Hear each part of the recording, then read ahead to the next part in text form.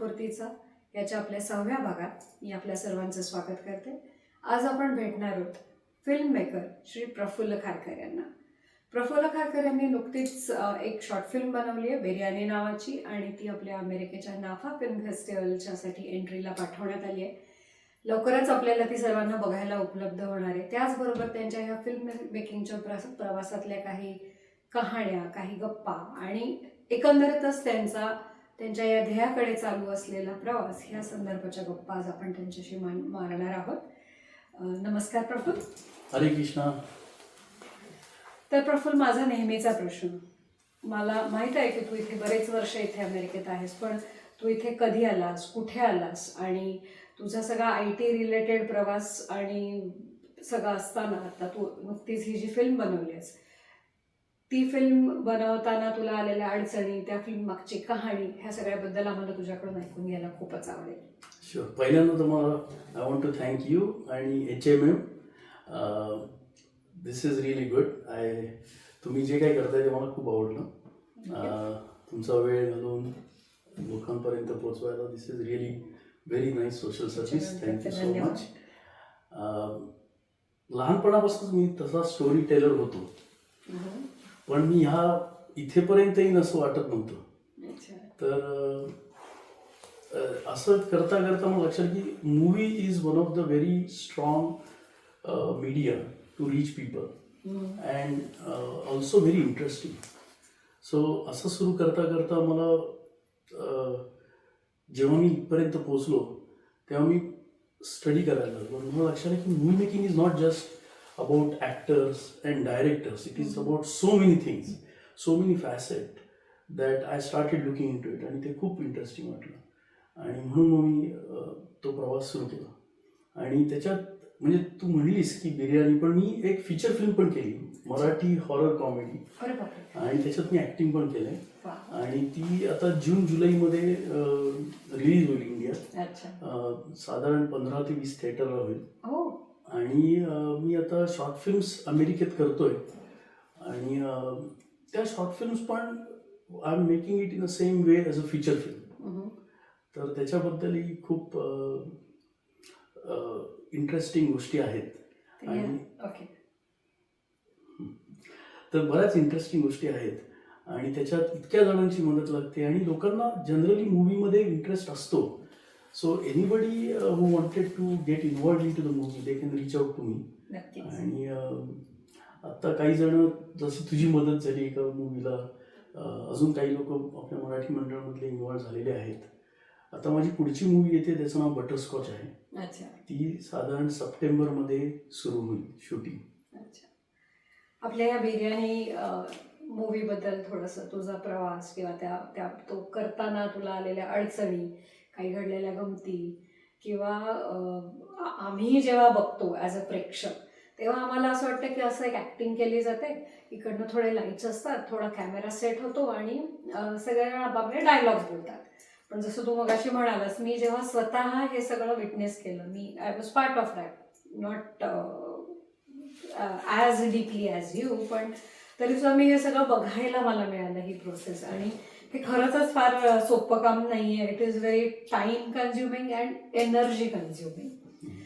तर थोड्याशा त्याच्याबद्दलची बॅकग्राऊंड, किंवा ही तुला संकल्पना कुठून सुचली, किंवा तू ही मूवी बनवताना तयारी कशी केलीस, त्याबद्दलचं थोडीशी माहिती आम्हाला सगळ्यांना ऐकायला आवडेल.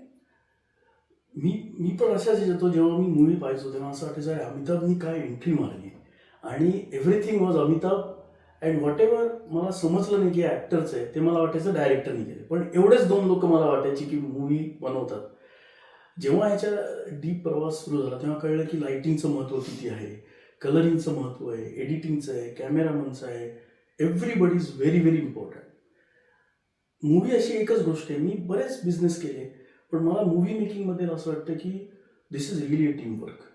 आणि challenge starts from, even if you read a story to everyone, प्रत्येकाला असं वाटतं की ते ती मूवी वेगळ्या दृष्टीने विचार करतं.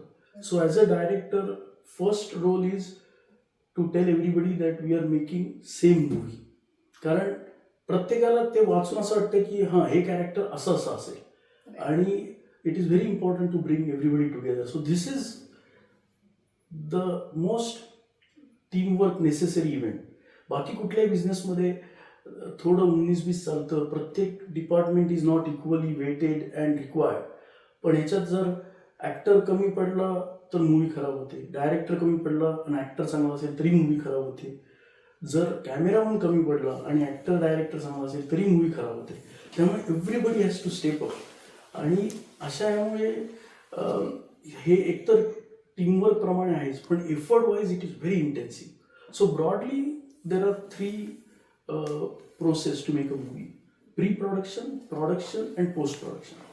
So pre-production is approximately for a short film 2-1 महिने असतं आणि प्रोडक्शन इज ओनली 3-4 days.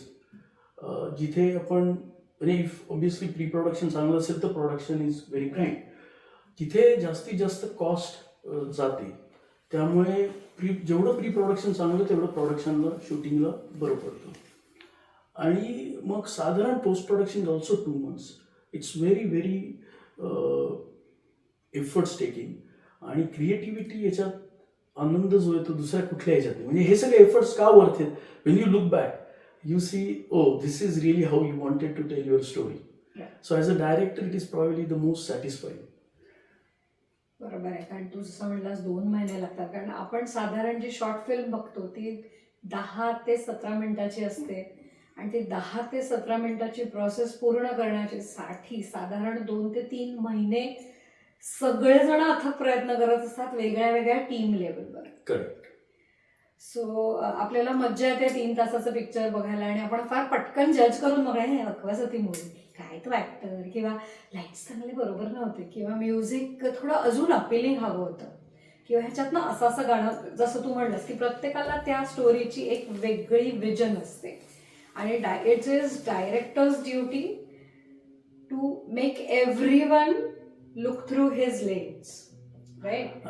आणि कसं आहे की जरी ही वेगळी वेगळी स्टोरी असेल तरी ultimately movie is a director story he tells. म्हणून बरेचदा असं होतं आपण पुस्तक वाचतो आणि आपल्याला पुस्तक आवडतं पण स्टोरी नाही आवडत.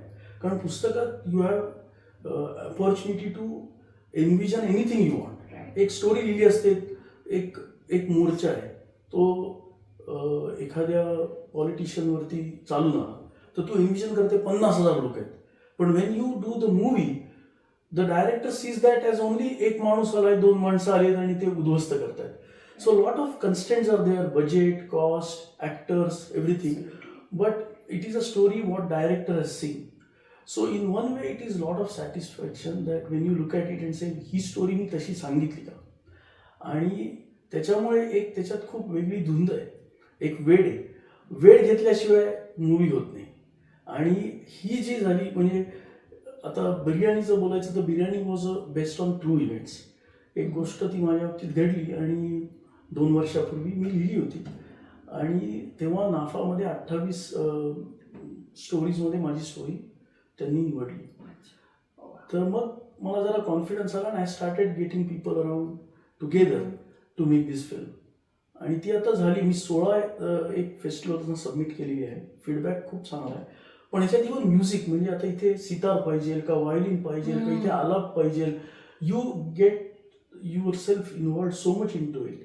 आणि when you look at it थोडं असं होतं की भावना थोड्या बाजूला होतात कधी कधी. कारण आता मला मूवी बघताना भावना येत नाहीत. मला असं वाटतं अरे इथे हे वाजलंय का, हा लाईट इथनं आलाय का, ॲक्टरच्या भुवयावरती गेल्यात का, अशा बऱ्याच गोष्टी होतात. पण त्यामुळे it makes it more interesting, satisfying, पण व्हेरी एक्झॉस्टिंग.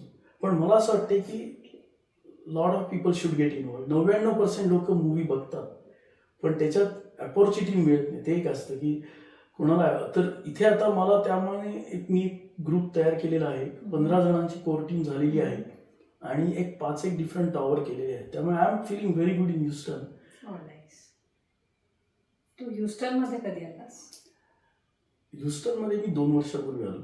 आता सप्टेंबरमध्ये मला 2 वर्ष कंप्लीट होतील. And Houston has been very nice to me. I got lot of love, warmth in Houston. I started really liking it. मी मिशिगनमध्ये 20 वर्ष होतो. त्याच्या आधी मी न्यूयॉर्कमध्ये होतो. आणि इथे आलो तेव्हा मला लिटरली एक फॅमिली ओळखीची होती. बाकी I was not knowing anything. आणि आता we are really very fortunate. एवढे मित्रमंडळी मिळाले की this is really good, feels like home. So मगाशी तू म्हणालास की तू खूप वेगळे वेगळे बिझनेसेस केलेस, ते नक्की काय होते? तर मी जेव्हा लहानपणी जेव्हा महात्मा गांधींचं पुस्तक वाचलं, त्याच्यात असं होतं, प्रिफेसमध्ये मी लिहिलं होतं की what should I give a name to my book. त्यांना असं वाटलं नाही, कारण तेव्हा ते महात्मा त्यांना मिळालं नव्हती पदवी, that what should I write as my autobiography, who I I. म्हणून त्यांनी लिहिलं माय एक्सपेरिमेंट्स विथ ट्रूथ. आणि मी जेव्हा ते लहानपणी वाचलं तेव्हा मला लक्षात आलं की life is all about experiments. So that is one key thing I followed. I did lot of experiments in life. I did not look at it. आणि थोडं इंडियात असतं आपल्याला की अरे आपण हे काम करायला घाबरतो, हे काम करायला लाज वाटते. अमेरिकेत त्या मनाने आपल्याला तो फ्रीडम मिळतो. तर त्यामुळे ते माझं माय एक्सपेरिमेंट्स विथ माय लाईफ हे प्रिन्सिपल जे लहानपणी होतं ते एक उपयोगी पडलं. लहानपणी माझ्या आजीने एक गोष्ट सांगितली होती की जंगलाचा राजा सिंह का, तो तर हत्ती एवढा बलवान नाहीये, तो चित्त्या एवढा चपळ नाहीये, तर तो सिंह राजा बनतो कारण त्याचा विश्वास असतो की तो राजा आहे. तर लहानपणी मी ऐकलं तेव्हा म्हटलं मला या जंगलाचा राजा व्हायचंय. तो विश्वास मला दिला माझ्या आईबाबांनी आणि लग्नानंतर बायकोनी. त्यामुळे हे सगळे बिझनेस जे मी केले, लहानपणी 10वीत मी फटाके विकायला लागलो आणि आम्हाला खूपच प्रॉफिट झालं. आम्हाला असं वाटलंच नव्हतं, म्हणजे आम्हाला ऑर्डर मिळाली कीच खूप आनंद व्हायचा. मग आम्ही सारसबागेत जाऊन ते फटाके घ्यायचो, इकडे येऊन द्यायचो. त्याच्यानंतर मी इंजिनिअरिंगला असताना एका मित्राबरोबर सोन्या चांदीचा हे केला बिझनेस. काहीच माहीत नव्हतं सोन्या चांदीचं. आम्ही आपलं पुण्यातनं घ्यायचो आणि सांगली साताऱ्यात जाऊन एसटीतनं जायचो दोघं जण, कापडी पिशव्या आणि त्याच्यावरती वर्तमानपत्र आणि आतमध्ये सोन्या चांदीची सगळे दागिने. मग ते टेस्ट करायचे. आम्हाला हे सगळं नवीन होतं, तर ते एक खूप इंटरेस्टिंग वाटलं या सगळ्या बिझनेसमध्ये की काय कसं शिकायलाही खूप मिळालं, लोकही खूप वेगळ्या प्रकारची मिळाली. त्याच्यानंतर लग्न झाल्यावर मी आणि शिवानीनी शूज फॅक्टरी काढली ग्वाल्हेरला, आराम नावाची. तिथे आम्ही शूज डिझाईन करायचो, पुण्यात आणायचो आणि पुण्यातल्या लक्ष्मी रोडच्या सगळ्या दुकानात आमचे सप्लाय होते. ते झाल्यानंतर मी एक IT कंपनी काढली. तिथे आम्ही एक ऑप्टिमायझर म्हणून सॉफ्टवेअर तयार करून विकलं. असा तो प्रवास, म्हणजे कुठलाही इथे आल्यावरती बॉडी शॉपिंगचं कंपनी चालू केली. त्यानंतर इथे एक कंपनी मला अप्रोच झाली, कारण I was heading automotive in one of the other IT company. तर त्यांना मी पार्टनर म्हणून जॉईन झालो and we created around $130 million business in 1 year. आणि वी ग्रो फ्रॉम व्हेरी आमची ग्रोथ खूपच चांगली होती. 5 वर्षात DNBने आम्हाला फास्टेस्ट ग्रोईंग कन्सल्टिंग कंपनी म्हणून पण दे अवॉर्डेड अस. आणि त्यातला जवळजवळ $70-80 million बिझनेस मी आणला. आणि अजून एक इंटरेस्टिंग थिंग की आम्ही खूप फेस्टिवल करतो अरेंज. मिशिगनमध्ये असताना आमचे टॉप 10मध्ये सगळे फेस्टिवल होते. तर मी होळी सुरू केला मिशिगनमध्ये. साधारण 8-10 हजार लोक यायची आणि आम्ही हेलिकॉप्टरमधनं त्यांच्यावरती फुलं व्हायचो. तर 90% अमेरिकन लोक होती आणि तो ड्राय कलरची होळी होती. तर असं करताना एकदा आम्ही तिथे एक बूथ ठेवला होता फूडचा आणि खूप त्याला गर्दी होती. सगळ्यात जास्त गर्दी त्या बूथवर होती इतर हॉटेल्स अँड रेस्टॉरंट्सपेक्षा. तर जेव्हा आमच्या गुरु महाराजांनी ते पाहिलं तेव्हा त्यांनी मला सांगितलं की तू एक हॉटेल सुरू करावं प्रसाद डिस्ट्रीब्युशनसाठी. तर मला जरा टेन्शन होतं की असं आपण कधी केलं नाही. पण मी माझ्या बाबांशी बोलत होतो आणि बाबा म्हणले अरे गुरुनी सांगितलं समुद्रात उडी मार तर उडी मारली पाहिजे. तर रेस्टॉरंट काहीच नाही, चांगलं सांगितलंय. मग मी आणि शिवानीनी डिझाईन केलं आणि आम्ही 5 वर्ष 2 रेस्टॉरंट चालवली. 5ही वर्ष त्याला टॉप अवॉर्ड्स मिळाले मिशिगनमध्ये. They were vegan restaurant, no onion, no garlic आणि it was burger, wraps and bowls. तर त्याचा एक हायलाईट असं होतं की आम्ही खूप केटरिंग पण करायला लागलो होतो. तर युरोपमध्ये एक लग्न होतं लेक कोमो पाशी असे 2-3 पॅलेस होते आणि तिथे आम्हाला शेफ म्हणून आणि आमच्या अख्ख्या टीमला बोलवलं होतं. पण मला काय कल्पना नव्हती की they made me main chef. आता मी 7 वर्ष इस्कॉन टेम्पलमध्ये रोज सकाळी 4ला जाऊन रविवारी 7 वर्ष मी कुकिंग आमच्या डेटीजसाठी केलं. त्यामुळे मला कुकिंगचा थोडा अनुभव आला होता. पण मला हे माहीत नव्हतं की आय एम मेन शेफ. तर सकाळी आल्यावर युरोपमध्ये कशी प्रथा असते की माझं एकच मेन शेफला ती हॅट असते. सगळेजण थांबायचे, मी आलो की टाळ्या मारायचे आणि it was very different experience. आणि आपल्याला तसा अनुभव नव्हता की कलिनरीचं की कसे कापतात वगैरे गोष्टी. ते विचारायचे मला की तुम्हाला कसं कापून हवं. तर मला असं त्यांच्यासारखं फटफट फटफट कापता यायचं नाही. पण मग मी त्यांना म्हणायचो एवढं एवढं कापा आणि असं करून. तर they had given me 35 people. आणि ते खूप इंटरेस्टिंग होतं. आम्ही त्याच्यात खूप एफर्ट्स केले, शिवानी आणि मी. आणि ते इतकं फिट झालं की लोक नॉनव्हेज खाणं बंद केलं आणि आमचंच खायचे.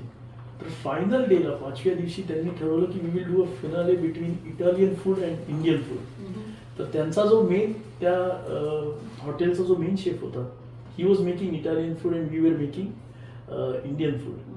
तर शिवानीनी पण ब्रुले एक केलं, इंडियन डिशेस तिने असं जरा डिझाईन करून केलं and it became really really hit. आणि that was one of the very I will say highlight as a chef. So भरपूर एक्सपेरिमेंट्स केले लाईफमध्ये and I am very happy with it. तर मला हेच सगळ्यांना सांगायचे की don't be shy of making more and more experiments. That's what our life is made for. म्हणजे तू प्रवास स्वप्नपूर्तीचा मध्ये तू खरंच वेगवेगळी स्वप्न बघितलीस आणि प्रत्येक स्वप्नामध्ये सक्सेसफुल होऊन तू पुढच्या स्वप्नाकडे वाटचाल केलीस, असं म्हणायला नक्कीच वावगं होणार नाही. पूर्ण स्वप्न कसं आहे, जेव्हा तू ड्रॉइंग करते, पेंटिंग, तेव्हा कॅनव्हासवर तू कलर टाकतेस वेगळे वेगळे आणि तू पेंट सुरू करतेस आणि ॲट द एंड तू डिटेलिंगला जातेस. तसं मी केलं. मी आत्तापर्यंत सगळे रंग भरलेले आहेत कॅनव्हासवर. आय विल नॉट से की पूर्ण झाले. पेंटिंग आत्ता पूर्ण व्हायला सुरुवात झाली जेव्हा मी बिर्याणी सुरू केली. तेव्हा मी त्यातलं डिटेलिंग भरायला लागलो आणि आता त्या कॅनव्हासवर थोडं पिक्चर क्लिअर व्हायला लागलं. बिर्याणीकडे वळायला तू म्हणालास बिर्याणीची जी कहाणी आहे ती थोडीशी तुझ्या ट्रू इव्हेंट्सवरती बेतलेली आहे.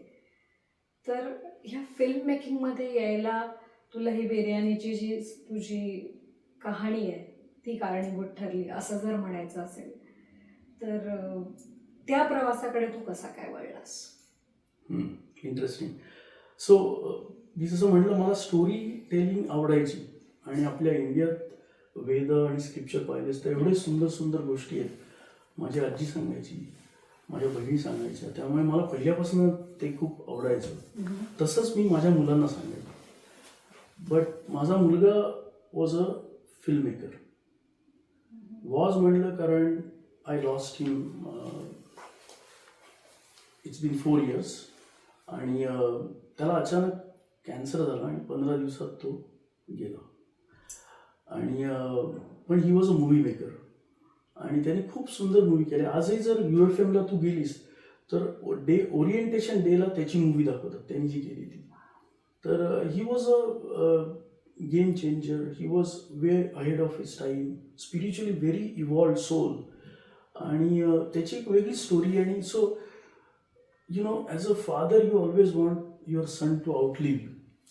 आणि लहानपणापासून आपण पाहिले की अमजद खान गेला पण गब्बर राहिलाय. So when this happen to me, मला असं वाटलं की आपण एक अथर्ववर मूव्ही केली पाहिजे ज्याच्यातनं Atharva can outlive me. So as a father that was my main motivation to keep my son alive through movie. आणि मला मूव्ही मेकिंगमध्ये असं वाटतं की मी त्याच्या खूप जवळ आहे. तो असाच विचार करत असेल का? जेव्हा मी विचार करत असतो प्री प्रोडक्शनचा, शॉर्ट डिव्हिजनचा, कलर्सचा, म्युझिकचा, तेव्हा मला असं वाटतं अथर्व कसा विचार करत असेल. सो मनापासून मला खूप त्याच्याजवळ वाटतं. आणि तो जसं आयुष्य जगला, म्हणजे त्याच्यामुळे आम्हाला दोघांनी, मला आणि शिवानीला, डिप्रेशन वगैरे येण्याच्यापेक्षा एक सुदिंग इफेक्ट आहे. तो जो त्याचं आयुष्य जगला किंवा जसं त्यांनी इव्हन हे प्लॅनेट सोडलं, तर he was very evolved soul. आणि ते मला असं वाटते की आजच्या पिढीला माहीत नाही, आजच्या पिढीला मला वाटते की त्याच्यावर काही रोल मॉडेल मिळालं पाहिजे. त्यामुळे मला इव्हेंच्युअली माझं एंड गोल, ज्या दिवशी मी अथर्ववर मूव्ही करीन त्या दिवशी मी मूल बनवणं बंद झालं. ते माझ्या पेंटिंगचं डिटेल असणार आहे. क्या बात आहे. सो बऱ्याचदा मुलं आईवडिलांची स्वप्न पूर्ण करतात, तू मुलाचं स्वप्न पूर्ण करतोस असं आपण नक्की म्हणू शकतो ह्याच्यासाठी. ह्याचबरोबर तू इस्कॉन टेम्पलचा खूप डिवोटेड भक्त आहेस, तर इस्कॉन टेम्पलकडे कसा काय वळालास? देवाकडे वळणं ही देवाचीच मर्जी लागते. आणि अथर्व लहान असतापासून आम्ही म्हणजे आपल्याला वाटतं की आपल्याला सगळं माहिती असतं. भगवद्गीता आपल्या मुलांसाठी बघायची असते. त्यामुळे आम्ही जेव्हा आमच्याकडे भगवद्गीतेचे क्लास सुरू केले तेव्हा मला वाटलं मला आपल्याला सगळं माहिती आहे, हे मुलांसाठी चालू करू. हे कधी कळलं नाही की कधी आम्ही ह्या पार्टमध्ये झालो आणि त्याच्या अथर्ववर त्याच्यावर जो इम्पॅक्ट होता त्यावरून आम्हाला खूप नॉलेज मिळालं. असे प्रश्न कधी नव्हतेच पडले जे आम्हाला इस्कॉननी दिले आणि त्यांनीच सॉल्व्ह केले. मी कोण आहे, कशासाठी आलो आहे, ह्या बिझी लाईफमध्ये आपण असे प्रश्न कधी विचारही करत नाही. आजचा दिवस गेला, उद्याचा दिवस कसा अजून आनंदात जाईल याच्या मागे आपण धावत असतो. तर असे काही प्रश्न इस्कॉननी आम्हाला दिले, याची उत्तरं पण मिळाली. आणि एकदा याची चव लागली स्पिरिच्युअल की म्हणजे इवन अथर्व गेला आहे, एवढं मोठं दुःख. कदाचित लोक म्हणतात मुलं जाण्याचं सगळ्यात मोठं दुःख आहे. आम्हाला ह्याच्यातून तारलं सुद्धा कृष्णानेच. आज आम्हाला जो सपोर्ट मनापासून मिळतोय तो अथर्व आणि कृष्ण. असं वाटतं की अथर्व खूप प्युअर सोल होता आणि मला तर माहिती आहे की जर मला परत माझ्या मुलाला भेटायचे तर मला तेवढं प्युअर व्हायला लागणार. आणि मला असं वाटते की हाच तो मार्ग आहे. त्यामुळे आम्ही याला डेडिकेटेड करून बऱ्याच गोष्टी केल्या, इंटरेस्टिंग गोष्टी केल्या. म्हणजे काही वर्षापूर्वी आम्ही प्रिझन मिनिस्ट्री चालू केली. अथर्व होता तेव्हा. आणि आम्ही ऑल ओव्हर नॉर्थ अमेरिका सगळ्या प्रिझनला मी आणि माझी बायको पत्र लिहायचो. साधारण 30,000 पत्र हाताने लिहून पाठवली. 30,000 पत्र. आणि इतक्या इंटरेस्टिंग स्टोरी कळायच्या. एकतर हे जेव्हा सुरू केलं म्हणजे आपण जगं बंदी शाळा हे गाणं ऐकलं असेल तर तसंच आहे की आपण सगळेच खरं प्रिझनमध्ये आहोत. फक्त आपल्याला कळत नाही की आपण प्रिझनमध्ये आहोत आणि त्या लोकांना माहिती असतं की ते प्रिझनमध्ये आहेत. कारण आपल्याला फिजिकल प्रिझन दिसत नाही. पण त्यामुळे ती लोक खूप हे असतात, काय म्हणतात, फ्लेक्झिबल नाही, पण त्यांना असं त्यांना असं असतं की ते तयार असतात ऐकायला काय. त्यातून बरेचदा आम्हाला कळलं की प्रिझनमध्ये जे असतात मोस्टली अमेरिकन प्रिझनमध्ये ते ख्रिश्चन असतात. त्यांना असं वाटतं की हे एकच लाईफ आहे आणि आता ह्या लाईफमध्ये मी तुरुंगात आलोय तर माझ्या लाईफला काही अर्थच नाही. मग परत ते असंच सगळ्या गोष्टी चालू करतात आणि त्या गुंत्यात अडकत राहतात. प्रिझनमध्ये इथे प्रॉस्टिट्यूशन आहे, ड्रग्ज आहे, गॅमलिंग आहे. त्यामुळे they go into the same path. कारण त्यांना वाटतं आता एकच जन्म आहे, मी इथेच आलोय, इथे आलोय तर इथलं मी आता एन्जॉय करून देत. जेव्हा त्यांना भगवद्गीता मिळते आणि त्यांना एकदा हिंदू फिलॉसॉफी कळते, सनातन धर्म कळतो की जन्म मृत्यूचा फेरा आहे आणि अजून एक चान्स आहे, तेव्हा ते यातनं बाहेर पडायचा प्रयत्न करतात. असे बरेच कैदी होते की ज्यांनी भगवद्गीता घेतली, 7 दिवस खालती नाही ठेवली, दिवस रात्र वाचले, 30,000 पत्र लिहिली, त्यातली 500 ते 600 लोक पूर्ण व्हेजिटेरियन झाले. आणि त्यांचे एक एक अनुभव असे होते. एक माणूस म्हणाला की मी लहानपणापासून आत्महत्या करायचा प्रयत्न करतो. कधी पिस्तुलाची नळी मोठी पडली माझ्या हाईटपेक्षा तर कधी माझा हात पोचला नाही ट्रिगर मारायला. पण तो म्हणला मला आता भगवद्गीता वाचल्यावर कळलं की मला देवानी प्रिझनमध्ये आणलंच याच्यासाठी की भगवद्गीता वाचता येईल. ह्या लोकांना भगवद्गीतेची जेवढी किंमत आहे, जेवढं देवानी सांगितलेलं आपल्याला इतक्या प्रिझनमध्ये राहून कळत नाही.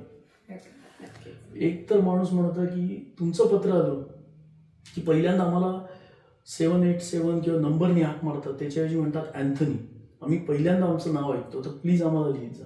प्रत्येकाची मोटिवेशन वेगळी होती आणि त्यातनं शिकायला पण खूप मिळतं आपल्याला. कारण ते जे त्यांचे अनुभव असतात आपल्याला कळतं आपण किती फॉर्च्युनेट इथे आहोत आणि आपण किती ऑफर करू शकतो.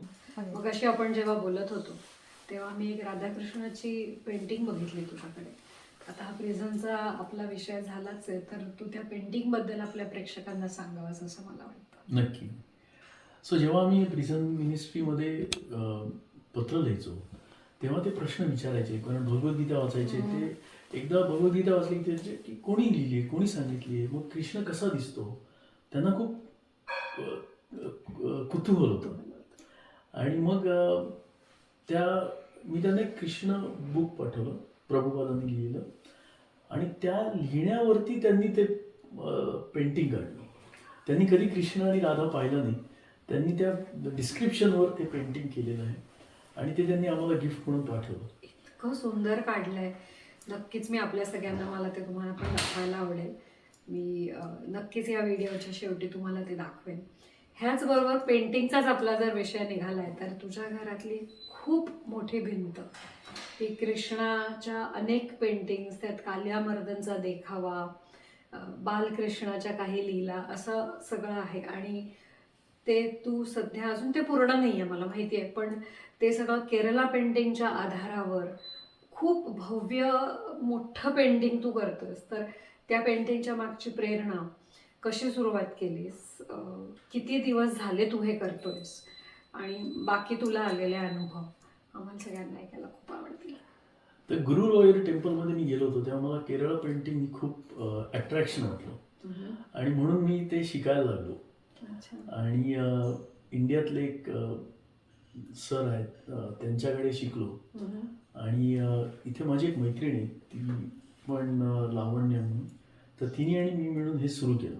साधारण 4 महिने झालेत. आता ते पेंटिंग ऑलमोस्ट कम्प्लीट झालंय. पण केरळ पेंटिंगमध्ये जेव्हा तुम्ही डोळे काढता तेव्हा त्याच्यात तुम्ही देवाचा जीव आलाय असं असतं.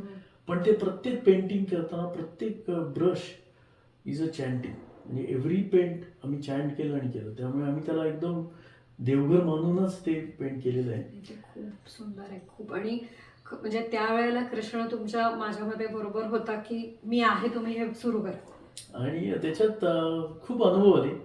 म्हणजे त्याच्यात काढताना प्रत्येक माणसाची प्रतिक्रिया, म्हणजे तिथे आम्ही गोवर्धन पर्वत काढली, गोवर्धन लिहिला. त्याचा इम्पॉर्टन्स असा होता की 7 दिवस कृष्णाने गोवर्धन पर्वत उचलला आणि सगळे त्याचे जे गोपा गोपी, आई वडील सगळे तिथे होते. त्याचं महत्व असं होतं की 7 दिवस जेव्हा कृष्ण म्हणाला की आता इंद्राला सोडून तुम्ही गोवर्धनची पूजा करा, तेव्हा इंद्राने पाऊस केला आणि सगळं वाहून गेलं. याचा अर्थ त्यांनी त्या 7 वर्षाच्या मुलावर एवढा विश्वास ठेवला की त्यांची संपत्ती सगळं वाहून गेलं. पण त्या सगळ्यांनी तिथे शरण आलं आणि त्यामुळे कृष्ण त्यांच्याबरोबर, फक्त ही एकच लीला आहे याच्यात 7 दिवस कृष्ण या सगळ्यांबरोबर राहिला. नाही तर कृष्णाला पकडणं खूप अवघड असतं. म्हणून हा माझा एक फेवरेट पास टाइम आहे की ज्याच्यात सगळे 5 रस आहेत आणि 7 दिवस कृष्णांनी सगळ्यांना आपला अनुभव दिला. तर असं त्याच्यावरती मध्ये सेंटरला कृष्ण आहे आणि मग यशोदा माता आणि कृष्णाचं एक हे, कारण त्याच्यात कृष्ण यशोदा मातेला भरवतोय असं ते पेंटिंग केलेलं आहे. आणि देन बलराम आणि कृष्णाचं दुसरं एक आहे. खूपच सुंदर आहे ते बघतानाच त्याची भव्यता, त्याची इंट्रिकसी. आणि म्हणून त्या पेंटिंगमध्ये असं की काही विशेष म्हणजे केरळ पेंटिंगमध्ये फक्त 5च रंग वापरू शकतात. त्याच्यानंतर ते 4 वेळा कोटिंग करायला लागतं. त्यामुळे ते 4 महिन्याचं पेंटिंग आहे, खूप मोठं आहे. त्याच्यात तो खूप मोठा एंड्युअर होता आणि लावण्याने खूपच सिंहाचा वाटा उचलला. मी त्याच्यात थोडा फक्त मन आणि बुद्धी थोडीशी होती, पण भक्ती खूप होती या पेंटिंग. कृष्णानेच तुमच्याकडून करून घेतलंय असं मला वाटतं. आणि तुम्हाला दाखवते पेंटिंग. नक्कीच. आणि आम्ही जेव्हा आत आलो तेव्हा म्हणजे हे सगळं तुझं घर तर खूपच सुंदर आहे आणि हे पण सगळं तू डिझाईन केलंयस असं मला शिवानीकडून कळलंय. प्लस तुमचं मंदिर फार सुरेख आहे. त्याची कॉन्सेप्ट तुझ्या मनात कुठून? हे मंदिर न्यू वृंदावन म्हणून एक व्हिलिंग अशी जागा आहे, व्हर्जिनिया व्हिलिंग. त्याच्यावरती आमच्या इस्कॉन टेम्पल सारखं मी बनवलंय. त्याची फनी गोष्ट अशी की जेव्हा मी हे बनवत होतो तेव्हा काही मॅक्सिकन फ्रेंड होते, ते करत होते. ते म्हणे असं कोणी बनवत नाही, हे कशाला हवंय म्हणून त्यांना कळत नव्हतं. ते म्हणत होते क्रेझी आहे, पण मी म्हणून नाही, मला असंच हवं आहे. आणि जेव्हा ते झालं तेव्हा त्यांनी सगळ्यांनी आपले सेल्फी फोटो, ते म्हणले हे आम्ही बनवलंय. त्यांना इतका आनंद झाला की त्यामुळे ते त्यांना युनिक होतं असं हे काही करणं. पण यातले जे अल्टर होते ते मी आणि माझ्या एका मित्राने आम्ही मिशिगनमध्ये असताना बनवले. ते असे आहेत की ते तुम्ही डिसमेंटल पूर्ण करू शकता, बॅगेत भरू शकता आणि घेऊन येऊ शकता. सो त्यामुळे ते मिशिगनमधनं आम्ही आणलेले. पण बाकीच्या ज्या भिंती आहेत वरचं हे ते सगळं इथनं मी बनवून घेतलं. फार सुंदर आहे.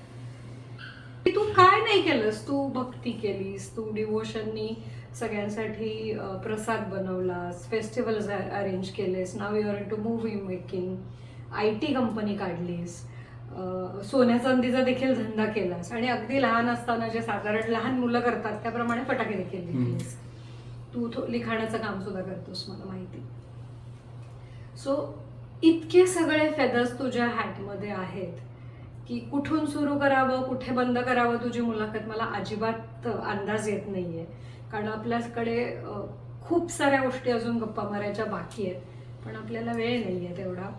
पण नक्कीच प्रेक्षकांनो तुम्हाला पण खूप आवडलं असेल हे सगळं हरहुन्नरी व्यक्तिमत्व बघून की ज्यांनी सगळंच करून बघितलंय आयुष्यामध्ये. एक्स्ट्रीम पेन आणि एक्स्ट्रीम आनंद दोन्ही अनुभवलंय आणि तरीही now he is chasing his new dream film making. तुला आमच्या सगळ्या मंडळातर्फे आणि आमच्या सर्व प्रेक्षकांतर्फे मनापासून शुभेच्छा. आणि आपला मराठी माणूस एवढा पुढे जातोय, एवढ्या सगळ्या विविध गोष्टींमध्ये हात घालतोय, हे बघून खरंच अभिमान. नाही एवढं काही मोठं नाही आहे, पण खरं सांगायचं तर I don't shy away from experimenting and taking risk. कारण एक गोष्ट मी पाहिली आणि ती मला सगळ्यांना सांगायची की जो कोणी सक्सेसफुल झाला आहे he has not become successful without taking risk. तो कदाचित शिकलेला नसेल, अशिक्षित असेल. So any other criteria did not help to be successful other than taking a risk. So risk घेतली, फॅमिलीचा पाठिंबा प्रचंड होता. माझी मुलगी पण खूपच she strong. We went through whole lot of pain and in my house Shivani and Akshata are the strong pillars. I'm the woman of the house, they are the man of the house. My heart is woman heart. I always say that. So they are my strength. आणि म्हणून मला आयुष्यात the role of woman in my life is very strong. माझी I normally कशी वागली तरी crisis जेव्हा आला तेव्हा she was always stood there very strongly. माझ्या बहिणी they always made me feel special. Shivani लग्नानंतर she really supported every dream I chase. She is always there and she is behind. She is not a person who looks for fame and she wants to do. She's always there who thinks which nobody wants to do, and she does it very genuinely. And Akshata is very strong pillar in my life. She's she's 22-year-old. She's very matured. She's like real big strength. I literally talk to her about my problems at this stage also, and she tells me some of the solutions. I run around with her about my stories, movies, and she criticizes. She tells me what is right, wrong. So in that sense खूपच fortunate होतो. आणि ह्याच जन्मात मला कृष्ण भेटला, माझे गुरु भेटले आणि एवढे सगळे मित्र तुमच्यासारखे मिळाले. ते मला थोडंसं असं वाटतं की I am lucky on that part. त्यामुळे असं काही वाटत नाही हरहुन्नरी आणि खूप काही केलं आहे, अजून खूप काही करायचं आहे. पण आता आयुष्याच्या या पाडावर आलं की आता डिटेलिंग कॅनव्हासमध्ये चालू केलेलं आहे. मी खूपच भारावून गेले या सगळ्यांनी. मनापासून धन्यवाद. थँक्यू. हरे Krishna. Thank you HMM. Thank you HMM.